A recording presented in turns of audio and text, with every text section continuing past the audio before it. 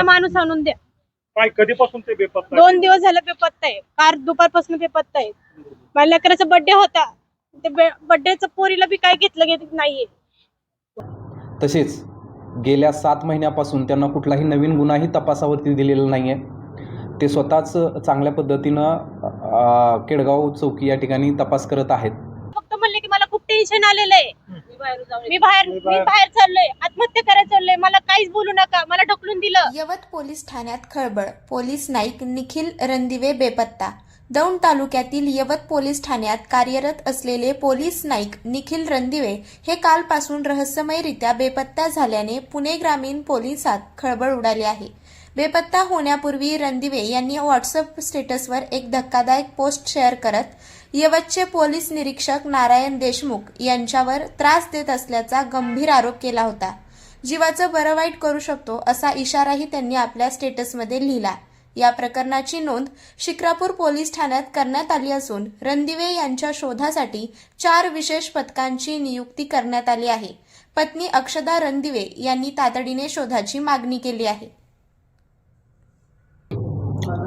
काल दुपारी 4:30 पोलीस नाईक 1157 रणदिवे हे त्यांचे राहत्या घरी शिक्रापूरमधून मिसिंग झालेले आहेत आणि सदर अंमलदार यांनी जी पोस्ट टाकलेली आहे किंवा जो व्हॉट्सॲप स्टेटस टाकलेला आहे त्यावरून असं दिसतं की त्यांना काहीतरी अडचण होती.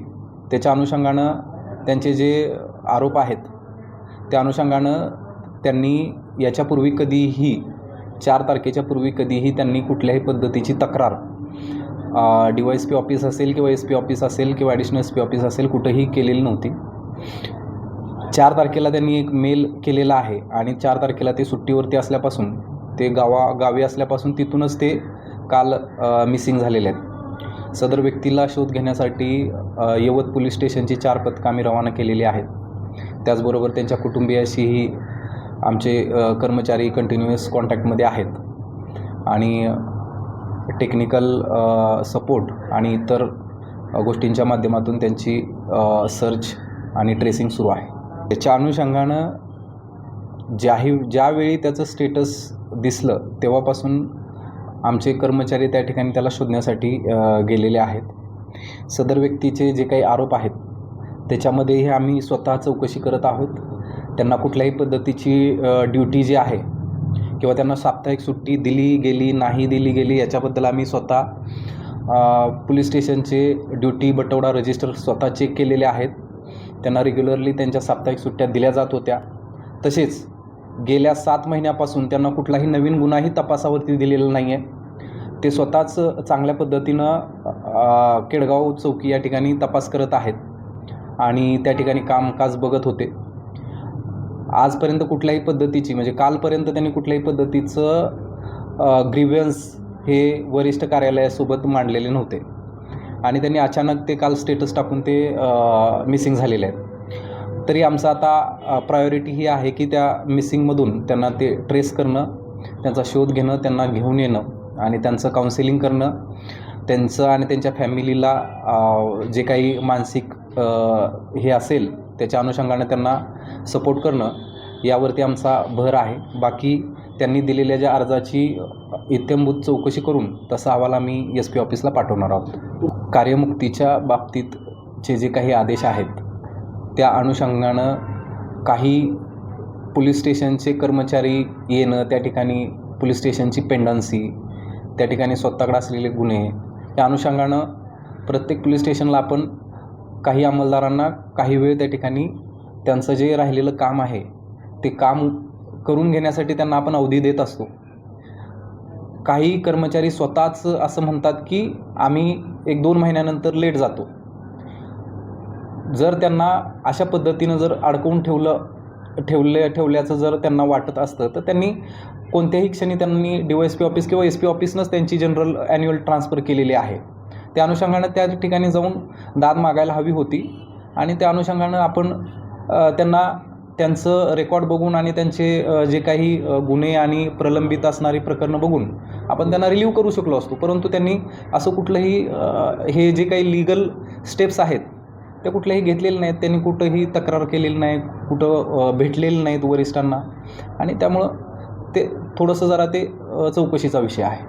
त्या अनुषंगानं आम्ही स्वतः दर आठवड्यातून कमीत कमी 2 वेळा येऊन पोलीस स्टेशनला असतो आणि या ठिकाणी सर्व अधिकाऱ्यांचे वेगवेगळ्या पद्धतीनं आम्ही स्वतः त्या ठिकाणी बऱ्याचदा ट्रेनिंग घेतलेलं आहे. आम्ही स्वतः त्यांना भेटलेलो आहे. जर अशा पद्धतीचा जर कुठला त्यांचा जर प्रॉब्लेम असेल किंवा ग्रीव्हन्स असेल तर तो त्यांनी त्या ठिकाणी मांडणं अपेक्षित आहे आणि त्यानुसारच आपण त्यावरती ॲक्शन घेऊ शकतो. परंतु असं कुठल्याही कर्मचाऱ्यानं एक्सेप्ट काही कर्मचारी ज्यांचं रेकॉर्ड खराब आहे, ज्यांची कामगिरी सुमार दर्जाची आहे, अशा कर्मचाऱ्यांच्या बाबतीत मात्र स्ट्रिक्टली त्यांना शिस्तीच्या खात्यामध्ये त्यांना त्या ठिकाणी विचारावं लागतं आणि तसे रिपोर्ट्स त्या बनवावे लागतात. तर अशा पद्धतीमध्ये आपण कुठल्याही वरिष्ठ अधिकाऱ्यांच्या मनमानीमुळे असं आपण त्याला न म्हणता तो एक प्रशासकीय भाग आहे. जर त्यांना कुठल्याही पद्धतीचा त्याला त्रास होत असेल किंवा कुठल्याही पद्धतीचं फेवरेटिझम वगैरे असं काही होत असेल त्यांनी त्या ठिकाणी हे करणं गरजेचं आहे.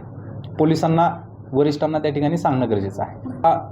आमची प्रायोरिटी अशी आहे की सदर आमचा जो कर्मचारी आहे त्याला शोधून त्याला आणणं, त्याचं आणि त्याच्या फॅमिलीचं त्या ठिकाणी काउन्सिलिंग करणं, त्याला जो काही त्रास होतो आहे किंवा त्याची जी काही तक्रारी आहेत त्या अनुषंगाने चौकशी करून तसा रिपोर्ट वरिष्ठ कार्यालयात पाठवणं आणि ह्या ज्या सगळ्या प्रशासकीय गोष्टी आहेत त्या करणं ह्याच आमच्या प्रायोरिटी आहेत. मला माणूस आणून द्या.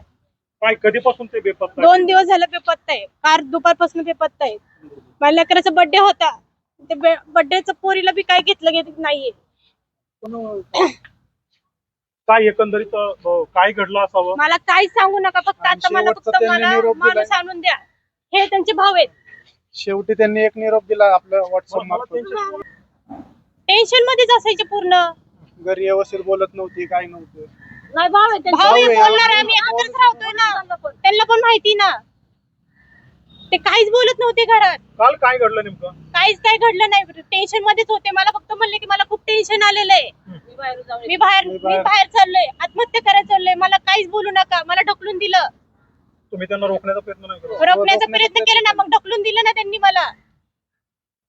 त्यांनी या ठिकाणचे पोलीस निरीक्षक नारायण देशमुख यांच्यावरती आरोप केले. त्यांना त्रास होतो या संदर्भात काही सविस्तर तुमच्याशी त्यांच्यामुळे त्रास होतोय त्यांना. अरे काय बोलणं झालं होतं का? काहीतरी पत्नीला सांगितलं असेल ना, काय त्रास होतोय, काय होतोय? आम्ही विचारलं पण नाही, ते खूप टेन्शन मध्ये होते. एवढ्या टेन्शन मध्ये बोलण्याच्या ह्याच्यात पण नव्हते ते, एकाच ह्याच्यात होते. फक्त मला त्रास होते फक्त म्हणून. तुम्ही काय नातेवाईकांचा शोध वगैरे तुम्ही घेतला काल? भरपूर जणांचा शोध घेतला, कुणाकडेच नाहीये, माणूस नाहीच आहे माझा.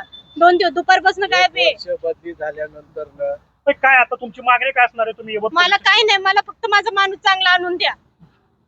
माझे 2 लेकरं मी घेऊन आलेली, माझं काही नाही, मला फक्त माणूस आणून द्या माझा.